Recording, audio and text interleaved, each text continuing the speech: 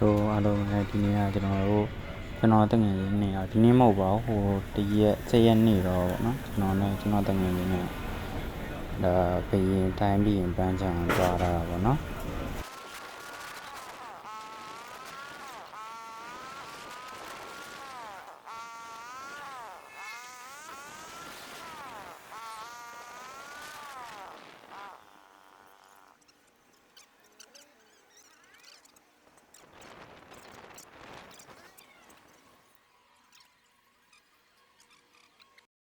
တော့ကျွန်တော်တို့ပန်းချံမှာစားဖို့တူပြီးတော့7-Elevenဆိုင်မှာမုတ်ပွင့်ဝဲတာဟို GTG နဲ့ဝယ်ဖြစ်သွားပါတယ်အများကြီးတော့မဟုတ်ဘူးနည်းနည်းပေါ့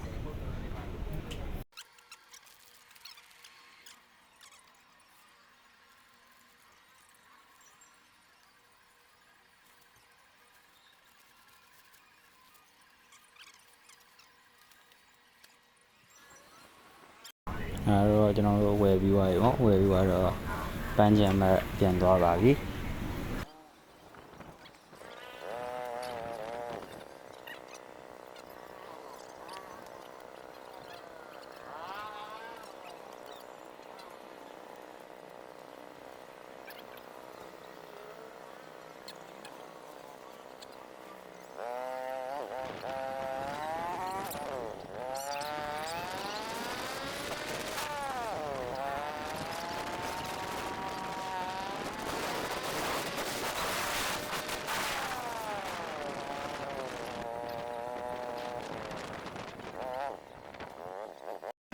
တော့ကျွန်တော်ပန်းချံရောက်ပြီပေါ့နော်ပန်းချံရောက်ပြီးတော့ပန်းချံရောက်တော့ဂိတ်ကြီးပေးရပါတယ်ဂိတ်ကြီးကတယောက်ကိုဘယ်လို10 ဘတ်ပေါ့နော်တယောက်ကို10 ဘတ်နောက်ပြီးတော့သူတို့ဆိုင်ငယ်ရက်ကားဆိုတော့ဆိုင်ငယ်ရက်ကသူတို့5 ဘတ်ယူရပါတော့အဲ့တော့သူပေါင်းက25 ဘတ်ကြာတာပေါ့ဂိတ်ကြီးကမစိုးပါဘူးသူကအများကြီးတည်းမဟုတ်တော့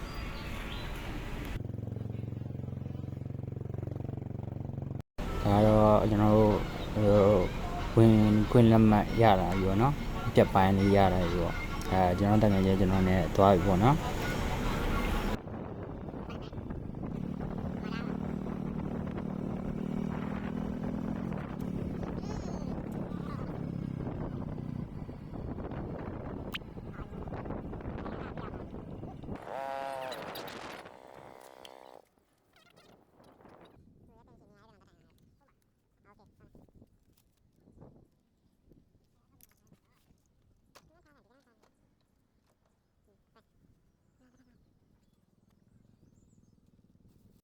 ဒါတော့ရောက်ပြီပေါ့နော်ကျွန်တော်တကယ်ချင်းပန်းချံနဲ့စားဝင်ပြီးတော့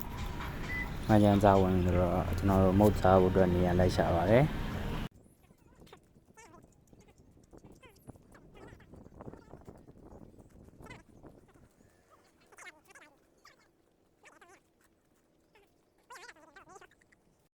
ပန်းချံစားဝင်နေရာမှာပါရှိတယ်ဆိုတော့သူတို့ချင်းစော့တဲ့နေရာရှိတယ်လေ့ကျင့်ခန်းလောက်တာသူတို့ထွင်ထားတဲ့သူစက်တွေရှိတယ်ပေါ့နော်သူတို့လောက်တာအုတ်နီကလေးနဲ့သူတို့ချိန်ကျိုးလေးလောက်တာကျွန်တော်တော့မိုက်ပါတယ်ဒါတော့ကလေးတွေစော့တဲ့နေရာပေါ့နေတော့ဟိုကတော့ကလေးတွေစော့တဲ့နေရာပေါ့ကျွန်တော်နောက်ပြီးမှအဲ့ဒီနေရာကိုပြန်ရိုက်ပြမယ်နော်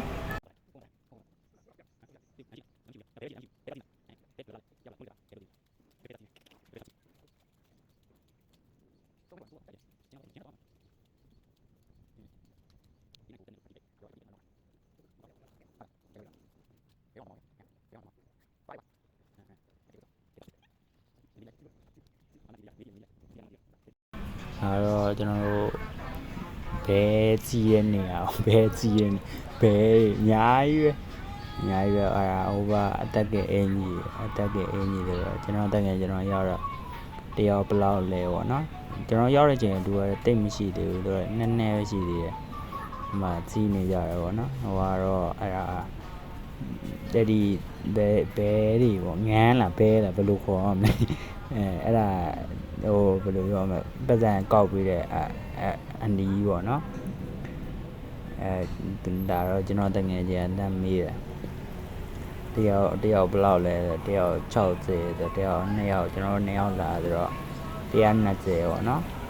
120ဆိုတော့ကျွန်တော်တကယ်ကြီးပြောတယ်ကျွန်တော်တကယ်ကြီးကျွန်တော်ပြောတော့စီးလာဆိုတော့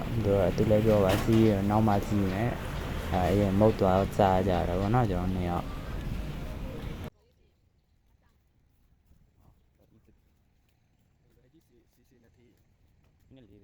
นี่เลย4 နိုင်ကြီးမယ်ဆိုရင်5နိုင်ကြီးမယ်6နိုင်ကွက်တိပဲ5နိုင်မှာတော့ကြီးမယ်နော်အေးနော်အေးဟေးရငါရှိတော့ဘာလာနေဘူးလေတော့ရောဘယ်တော့ရေကန်နဲ့ကုန်ကြဘူးလားဟမ်ဘယ်ကိုပဲနေဘယ်တော့မလား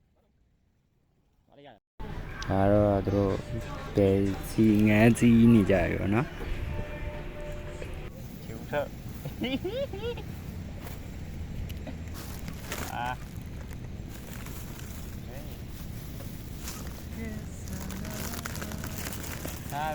ဒါပဲလေဒီလိုနေရင်လို့ဟေးဒါပဲခါတော့ကျွန်တော်တို့ငယ်ရင်တော့မုတ်စားတာတော့နော်တချင်းလေးနားတော့အောင်လိုက်မုတ်လေးစားလိုက်နေအဆင်ပြေပါတယ်ရောက်တော့နှစ်ယောက်လုံးအေးသေးသေးပဲနေအဲ့နေရကျွန်တော်တို့ကအေးသေးသေးပဲနေကြတော့ဘာပြောမလဲအလုတ်ကနေ့တိုင်းလုံနေရဆိုတော့တကယ်နေအောင်တိုင်ပင်ပြီးတော့အဲ့နေရသွားလိုက်တာဒီလိုစားတယ်တောက်တယ်ရိုင်းပေါ့ပျော်ပါပါပဲ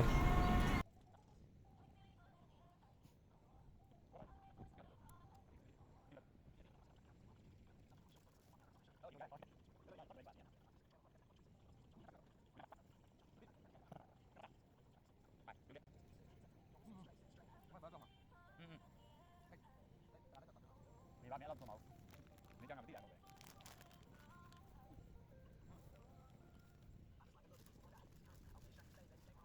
အဲ့ဒါကရတာမလားကြီးအားကြီးခါလာတော့တော့မနော်ရငါလည်းတော့မှာ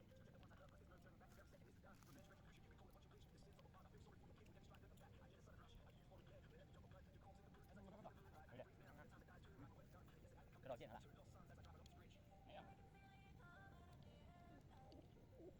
အညီတယ်နော်ကျင်လာလိုက်မယ်နော်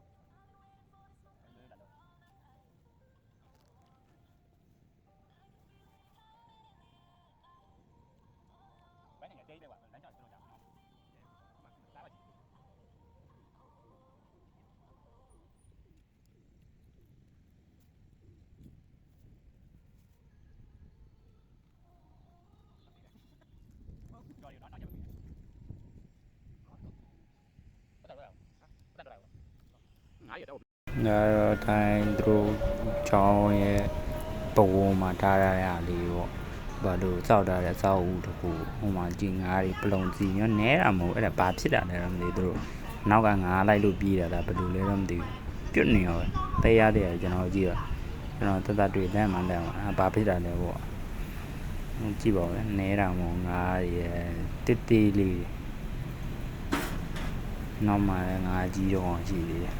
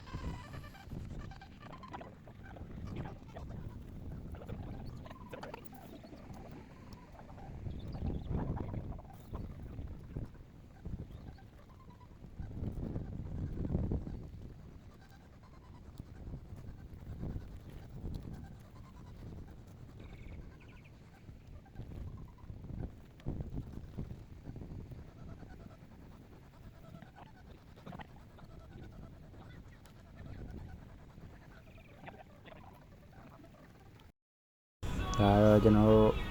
မုတ်သားနဲ့တရုတ်လူမျိုးပေါ့နော်ကလေးလေးရောက်လာကလေးလေးငှက်ပြီးတူတူရောက်လာကျွန်တော်တို့အဲ့လိုပါတော့ကလေးတို့လည်းဆက်ကြည့်ရင်လေးနဲ့ငှက်လေးလိုက်ဖမ်းလို့ဟိုမှာနောက်ကသူ့အမေပေါ့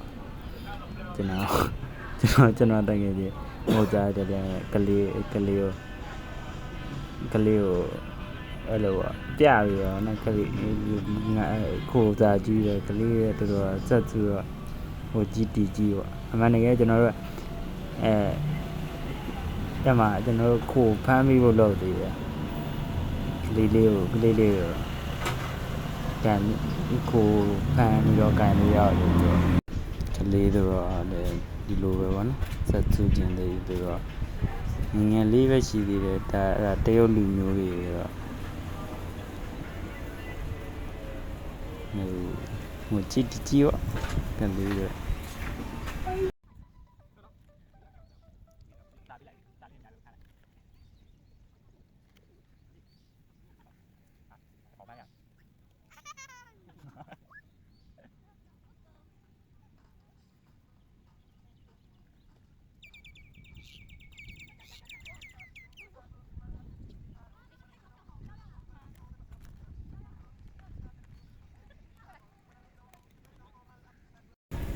သူလာတော့ကျွန်တော်မုတ်လန်းပေးအစာကြီးလို့ရတယ်မုတ်လန်းပေးလိုက်တော့နော်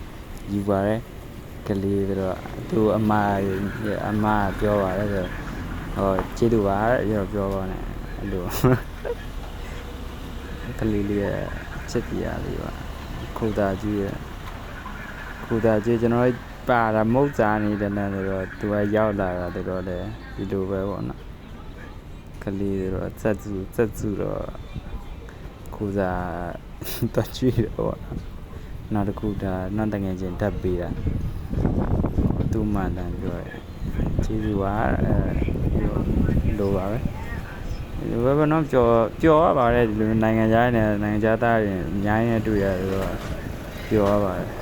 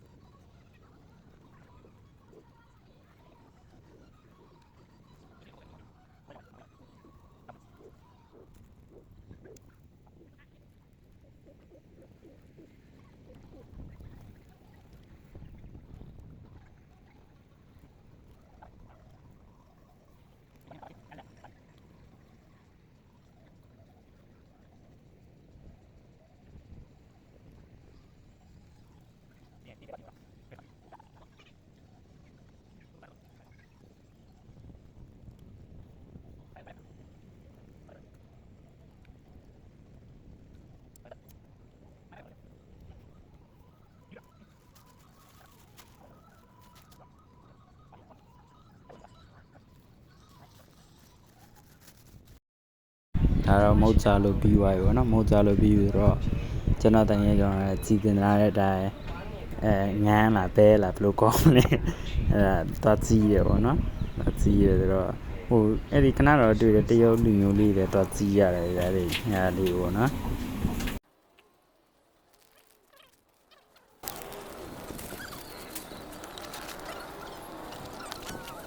ဒါတော့ကျွန်တော်တက်နေရင်တော့လက်မှတ်တော့ဖြစ်တာပေါ့နော်ငန်းစီမျိုးတော့2ယောက်သာတော့120ရောတော့ပေးတယ်ပေါ့ပြောလို့ပြောရမှာကျွန်တော်တို့ရှိမှာကောင်မလေး2ယောက်ဖြစ်သွားတယ်ကောင်မလေး2ယောက်ချောလေးရောအကြောင်းသားအကြောင်းသူတွေတော့လိုပဲပေါ့နော်သွားစီနော်နေဟောဒေ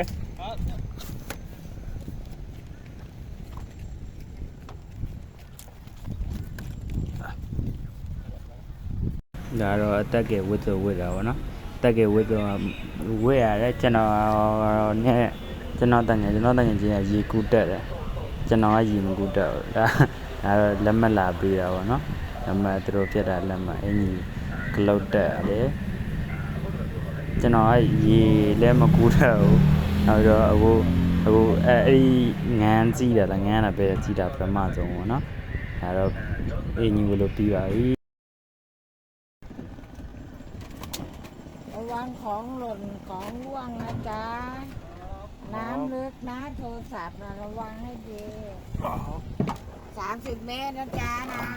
ำตรงกลางที่เลี้ยวจับด้วยนั่นแหละอย่าเข้าใกล้น้ำพุอย่างเดียวไป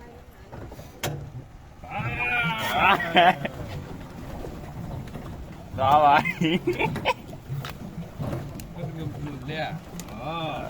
ơi bi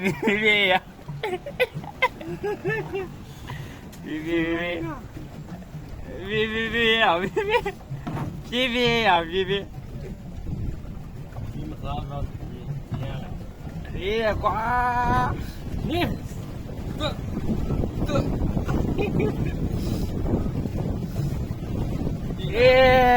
nó nè bé chi đi vậy ra bé ok lên lại ok bây giờ mình tên nào đi tên nào mà bộ ai bé tôi này ai cái đi ngắm mà gì rồi lâu mấy view cái đó cho nó tăng nghe nè tìm đi vào đấy rồi cho nó to rồi nó ra to rồi mẫu tết thâu bảo à để gì đi để bảo à rồi mẫu đi ra lại nên lại mọi gì để tao lại bọn nó to này nào bây giờ mà bán nhà rồi cả thiên vào phong màn đai mà bọn nó tuế thì rồi tập cô đấy tập ba thì cô đấy đúng không đó anh nhái cái là cho nó ô ba mà để mình là rồi đắp bộ là vậy để đủ đó chỉ để ô ba chàng mà cho nó từng ngày nó làm gì đa nó mới làm đắp bộ làm gì làm gì của nó nhiều nè tao nè là nhỏ nè là nhỏ nè nào nó cho đó để một ly trà lại toa lại gì vào đấy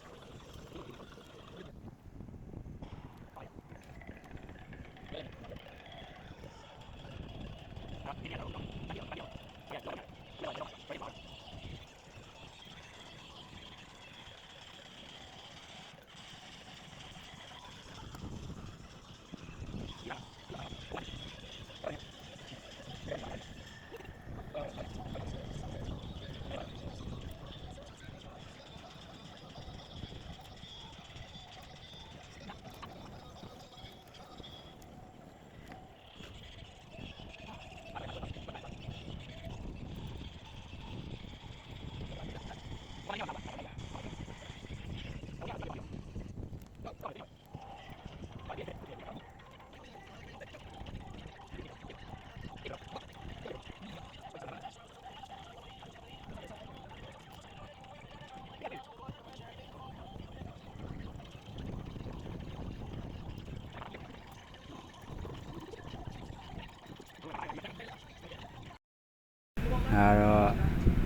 ော့ကောင်းမလေးချောလေးနှစ်ယောက်တွေ့လိုက်တာပေါ့နော်တွေ့လိုက်တော့တပုံကိုရဲလာခဲ့တော့တပုံတော့ကိုရဲတာဒါပေမဲ့တွေ့သွားတယ်တင်တယ်သူတို့တွေ့သွားတယ်နန်းကြည့်လိုက်တယ်တွေ့သွားတယ်နဲ့ဟိုးမနေဝေးရွက်ရောက်ပါသူတို့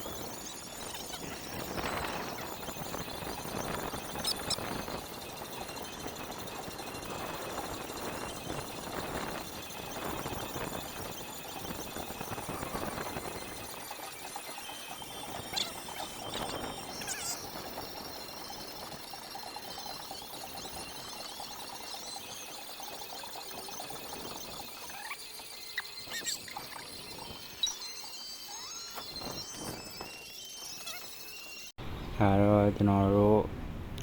ပြန်အပ်ပြီပေါ့နော်ညောင်းတာနင်းတာတော့ညောင်းသွားတယ်တကယ်ပြောပြန်တော့မယ်ပြန်တော့မဟုတ်ဟိုဘက်တစ်ချက်သွားကြည့်အောင်မယ်ဆိုတော့နဲ့ကျွန်တော်တို့လာပြီးတော့ပြန်အပ်တာပေါ့နော်လာပြီးပြန်အပ်တော့ပေါ့ပြန်အပ်ရတယ်ပေါ့ဒါတော့ချင်းပြီပေါ့လေပေါ်ကနေချင်းနေဒီဘောကချင်းကျွန်တော်တငယ်ချင်းခဏစောက်တယ်ပေါ့သူကကျွန်တော်ရှေ့မှာတလဲရအကျိုးရောက်နေတယ်တော့တလဲကျိုးရောက်နေတယ်အဲ့လဲရတယ်ကြံနေလို့မဟုတ်ကျွန်တော်တို့မုတ်ပေးရတဲ့တရုတ်လူမျိုးတွေတွေကပေါ့နော်ကလေးလေးတွေသူမိနေပေါ့နော်လီလိုက်ကြည့်ရပေါ့ငန်းလိုက်ကြည့်ရပေါ့နော်မခေါ်တော့ငန်းတာပဲအဲ့ဒါဘယ်လိုခေါ်အဲ့တော့ပြီးသွားပြီပေါ့နော်ဒီကူကကျွန်တော်တို့အင်းကြီးတော့အဲ့တယ်ပေါ့နော်အင်းကြီးတော့အဲ့တယ်ဟိုရတော့အင်းကြီးတန်းပြုတ်တာကပူတယ်အဲ့နေလည်းနည်းနည်းပူတော့သွားတာတော့3နာရီ4နာရီကျော်လောက်သွားမယ်နေရမဝင်သေးဘူးအမတိုင်းနိုင်ငံအဲ့ကျင်းနေမဝင်သေးဘူးအဲ့တော့အင်းကြီးတွေပါတယ်အဲ့ဘွားတွေပေါ့ခက်သားမလဲမိုက်လွတ်ပြလိုက်လေ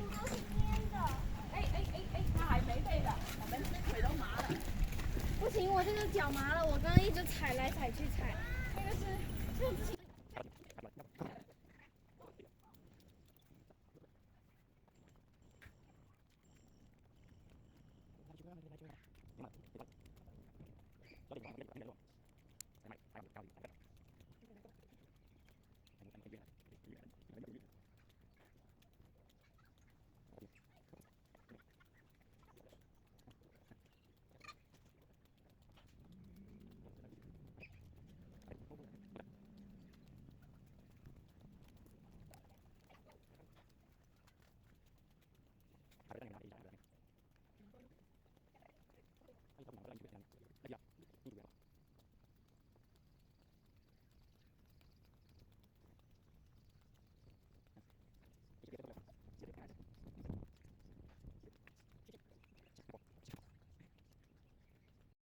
ဒါတော့သူတို့ပန်းချမ်းမှာရှိတဲ့ဟိုနန်းတော်လိုမျိုးနေရာပေါ့နော်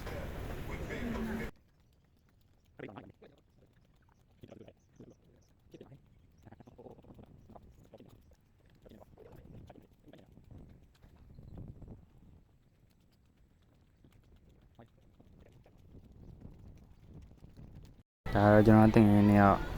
ဟိုတော့နာဟိုနေရာတော့ကြည့်ရောနော်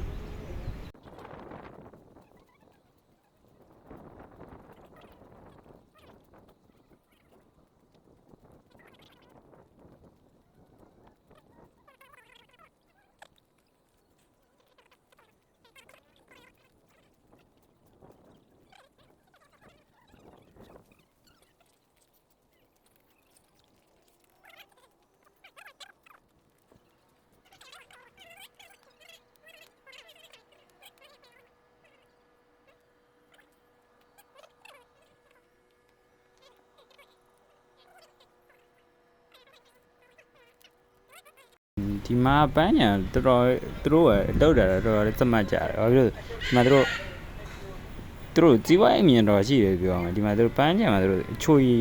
ထုတ်တဲ့စက်လေးပေါ့နော်အချွေရောင်းတဲ့စက်လေးတားရတယ်မုတ်ရောင်းတဲ့စက်လေးတားတာဒါတော့အချွေရောင်းတဲ့စက်ပေါ့အချွေရောင်းတဲ့ကျွန်တော်တကယ်ချင်းအချွေအရင်ဝယ်တယ်ပေါ့ကျွန်တော်နဲ့စက်မှာတနင်းလာနိုင်ဝက်ကြော်တယ်မောတယ်အချွေတောက်တယ်ပေါ့နော်အချွေဝင်တော့ကျွန်တော်တကယ်ချင်းအဲ့ဒီ coffee လေးဝယ်တောက်တယ်ပေါ့coffee ဝယ်တော့သူဝယ်တော့ချောရှိရင်မှာပဲ20တန်ထည့်လိုက်တော့သူ18ဘတ်သူ2ဘတ်တခါတည်းအကျွေးကျလာပြီလားမိုက်တယ်သူတို့လောက်ထားတာလေးရတယ်တကယ်ဘယ်လိုပြောမလဲအရန်ဟိုဘယ်လိုအဆင်ပြေရပေါ့နော်သူကသူရောင်းတာတော့မှသူစက်နဲ့လောက်ထားပြီးအတွက်ကြောင့်အကျင်တော့ပြေပါတယ်အကျင်ပြေတယ်ဗောနော်တငယ်ချင်းဝယ်တော့တော့ဘာမှတွေ့တူလောက်ကြမလို့သူပတ်စံတဲလိုက်တော့ ਨੇ အကျွေးရောချွေဘူးရောတခါလဲကြာလာတယ်ဗောနော်သူကကျွန်တော်မေးတယ်သူကျွန်တော်လည်းတောင်းတာသူကျွန်တော်လည်းပတ်စံထုတ်လိုက်တယ်ဗောနော်ပတ်စံထုတ်ပြီးတော့ကျွန်တော်မောကြည့်လိုက်တော့အမှန်တကယ်ရှင်းပြကျွန်တော်တို့ပတ်စံမလောက်တော့ပတ်စံပုံမယူသွားမိတာဗောနော်ပတ်စံပုံမယူသွားတော့ပတ်စံမလောက်တော့မဝယ်ဘူးကပတ်စံမလောက်တော့ဒါ ਨੇ မဝယ်ဖြစ်လိုက်ဝယ်ပြလိုက်တော့ချွေပဲတောင်းမယ်ဆိုချွေပဲဝယ်တယ်ပေါ့ချွေဝယ်တော့ကျွန်တော်ငယ်ချင်းဝယ်တော့အချင်းကြည့်တာပဲဒါပေမဲ့ကျွန်တော်ဝယ်တော့ပတ်တန်ဘာဖြစ်တယ်လဲမသိအဲ့ဒါတက်ပြီးတော့ထည့်မရအောင်တော်နဲ့ထည့်မရအောင်အဲ့မှာတိုင်ပတ်နေပတ်တန်လေးရောငယ်ချင်းနေရော20တန်းထည့်တာပဲဝယ်ကောင်းထည့်တာပဲဒါပေမဲ့ तू ကဘာလို့ပြောမလဲပတ်တန်ခောက်နေတာလားပြဲနေတာလားဘယ်လိုပြောမလဲစက်အဲ့ဒါတက်ပါအဲ့ဒါတက်နေတယ်တော်ရုံနဲ့မရအမှားတယ်တော်လေးကြာပါနှကောင်သားလဲနေရောပဲကျွန်တော်လုံးမရတော့ကျွန်တော်တကယ်ကြီးသွားလောက်တော့ဗောနော်ကျွန်တော်တကယ်ကြီးဝယ်ပြီးတယ်ဗောဝယ်ပြီးလဲမရဘူးနောက်တော့ညတော့ရင်နှိပ်တာကြည့်ပတ်တန်ထည့်ကြည့်တယ်ဆိုတော့အဲ့ဒါလည်းမရပါဘူး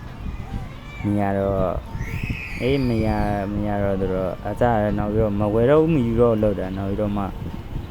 ပတ်တန်ပြောင်းထည့်လိုက်ရတယ်နော်ပတ်တန်လဲတက်လိုက်ပတ်တန်ဘာဖြစ်နေခောက်နေလို့ဒါမသိဘူးတော့ပတ်တန်လဲလိုက်တယ်ပေါ့ပြန်မာရတယ်ကျွန်တော်တို့ဝယ်များတယ်နဲ့ဒါရသွားတယ်ပေါ့နော်ပတ်တန်ပြောင်းထည့်လိုက်ရတာကိုပတ်တန်နောက်ဒီဘက်အတစ်လဲလိုက်တော့မှရသွားပါတယ်ရသွားတယ်ဆိုတော့အကျွေလေးရောကြာလာတယ်ပေါ့မိုက်တယ်ဆိုတော့ချူရီလည်းအစုံကုန်လုံးနီးပါအစုံကြည့်တဲ့ရတယ်မဟုတ်လေလည်းအစုံကြည့်တယ်ဟိုကွက်လက်လေးတွေရတယ်ဆိုတော့ကုန်သွားတဲ့ဟာလေးတွေပေါ့နော်တော်တော်လေးစီဝါရေးအမြင်ရှိတော်တော်လေးကောင်းတယ်ပေါ့နော်အေးကျန်တော်ထွက်တဲ့ကောင်နေနော်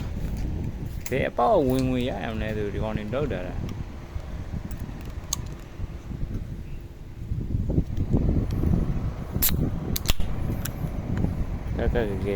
ခက်ရလာတယ်ကိုလာတယ်လူကတိလေးရ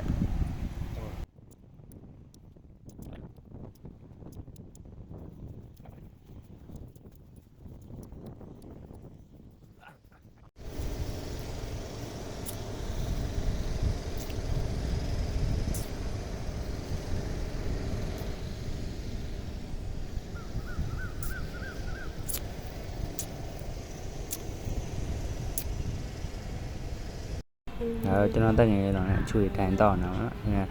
ချွေလေလေးကဝါဒတာကန်မှာဆိုတော့လေလေးကဖြူးဖြူးတက်လေလေးကညာဘက်ဆိုတော့ဗျာလေကအေးတက်တယ်ဒီကအေးတက်ချွေလေးရတော့ချိန်မဲဖီလင်မဲဒီကနောက်ပြီးတော့လည်းအမှအတွဲတွေရှိတော့အတွဲဟိုတိုးဘက်ကြည့်လိုက်ဒီဘက်ကြည့်တောင်ကြည့်လိုက်မြောက်ကြည့်လိုက်ဘာလဲမချွေလေးတော့လေလေးရအေးနေရောတကယ်ကိုဘယ်လိုပြောဖီလင်ခံစားချက်စောင်းရမ်းကောင်းတယ်ပေါ့နော်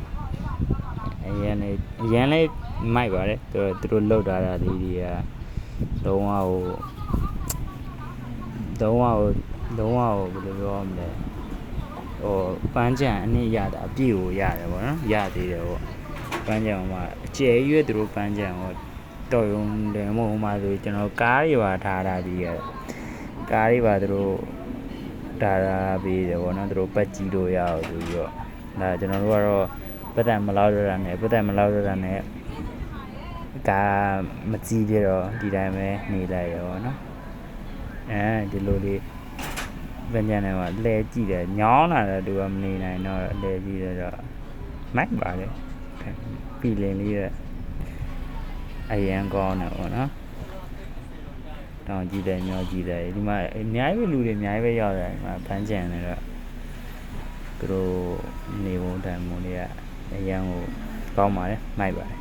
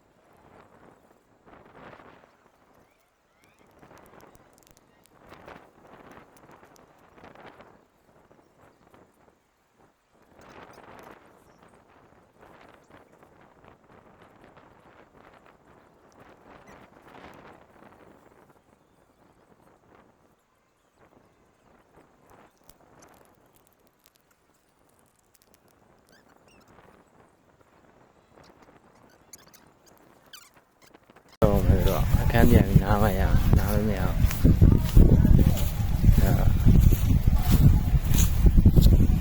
ပြန်တော့ပါမယ်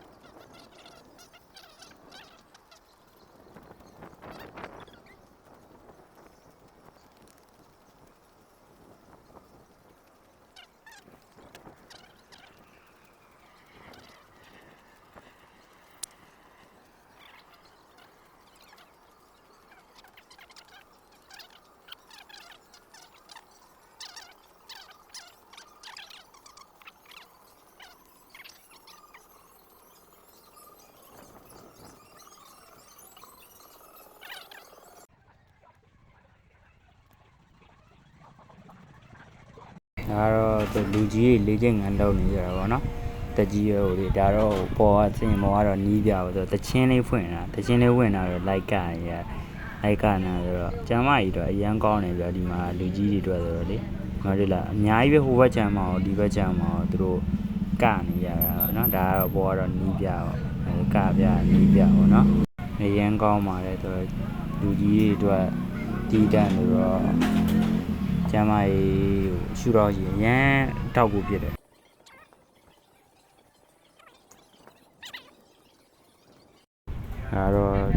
သားရောက်တော့ဒီချင်းလုံးနေရပါတော့နော်ရောက်တော့စောသေးတော့သူတိတ်မရှိဘူးလောက်တော့လို့ရှိတော့ရှိတယ်မတိတ်မရှိဘူးဒီမှာအများကြီးပဲလက်ဝိတ်တိုးတဲ့သူကလာထိုးတယ်ဒီမှာလေ့ကျင့်ခန်းလာလို့လာလို့တယ်ပေါ့နော်လူတွေအများကြီးပဲဟိုးမှာကလေးလေးတည်းလားဟိုဘတော်တော်လေးကလေးလေးတယောက်လက်ဝိတ်တိုးဖို့လက်အိတ်စွန်တယ်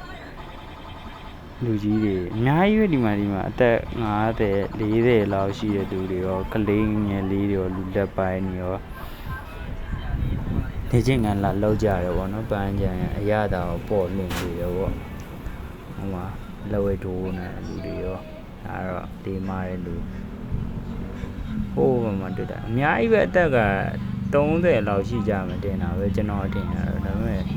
သူကကဲကောင်းပါလေဆိုလေးချင်းငယ်လာလုံးနေကြဆိုတော့လူကြီးလူငယ်အကုန်လုံးပေါ့နော်အဲတော့ကျွန်တော်လည်းအလေးမားကျွန်တော်လည်းဟိုစိတ်ဝင်စားတယ်ပေါ့နော်ကျွန်တော်လည်းဝါသနာပါတဲ့လည်းဖြစ်တော့ထူးဆန်းတာပေါ့နော်အများကြီးမှာကျွန်တော်လည်းနဲ့ဆက်သူချင်းစိတ်လေးနဲ့လာကျွန်တော်လည်းအလေးလေးနဲ့သွားမလိုက်ရပေါ့နော်မိုက်တယ်သူတို့ကသူတို့ထွင်တာဆိုစက်အမှန်နေလည်းရှိတယ်ဒါပေမဲ့သူတို့ကထွင်တာတဲ့ဟာတွေလည်းရှိတယ်အများကြီးပဲဥပမာကျွန်တော်တန်ငယ်ကြီးရှိကျွန်တော်လမ်းခေါ်သူကတော့မလာဘူးကျွန်တော်တယောက်တည်းပဲကလေးလေးပေါ့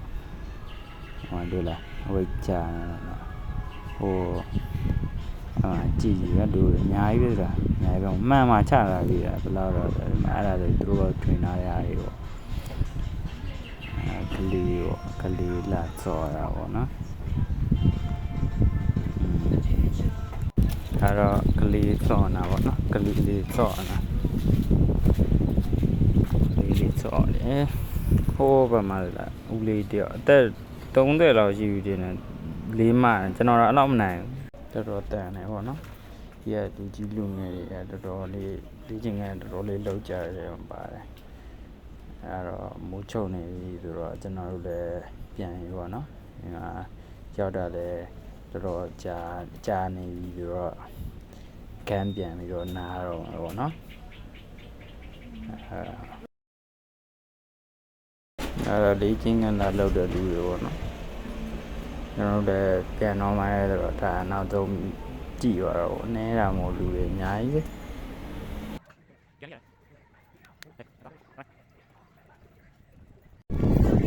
ပြန်ပါပြီ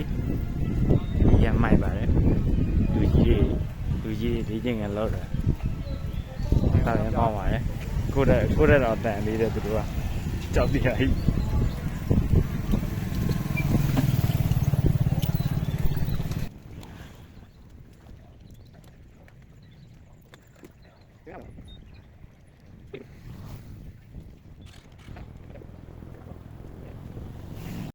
အဲ့တော့ကျွန်တော်တို့ပြန်ပြီပေါ့နော်လုံးပြီးသွားတယ်အကုန်လုံးလိုက်ပတ်လို့ကြည့်လို့လိုက်လေလို့ပြန်ပါပြီညဘက်ဆိုတော့လူပုံများရတယ်ဗျဒီနိုင်ငံတွေလူကောင်းတာပေါ့နော်ဘယ်လိုပြောမလဲလူကြီးတွေတော့လည်းကောင်းတယ်လူငယ်တွေလည်းကောင်းတယ်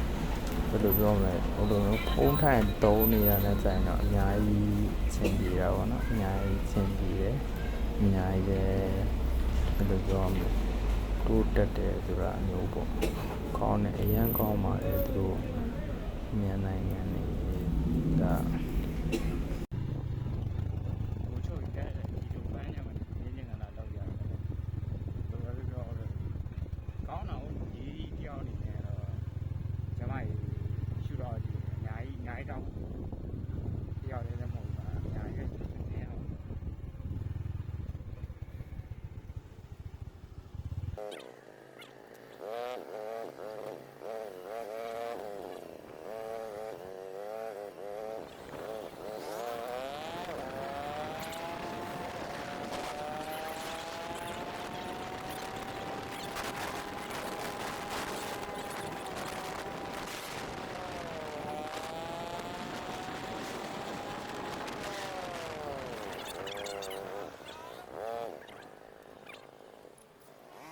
ဒါတော့ကျွန်တော်မှမုတ်မာတာပေါ့နော်ကျွန်တော်မှပြန်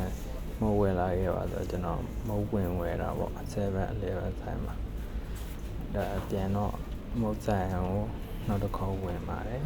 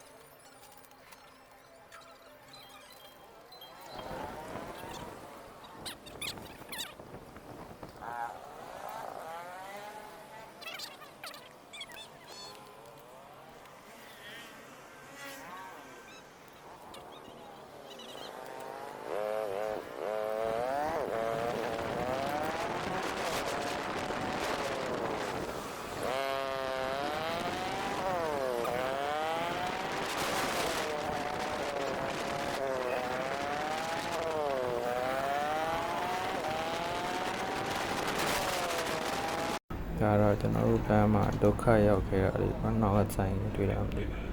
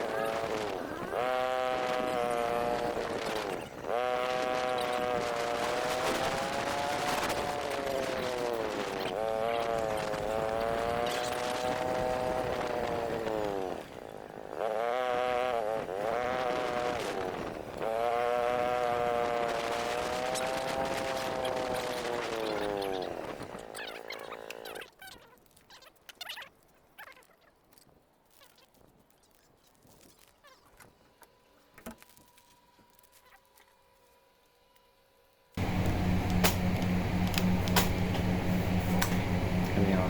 တော့မယ်တက်တာပါ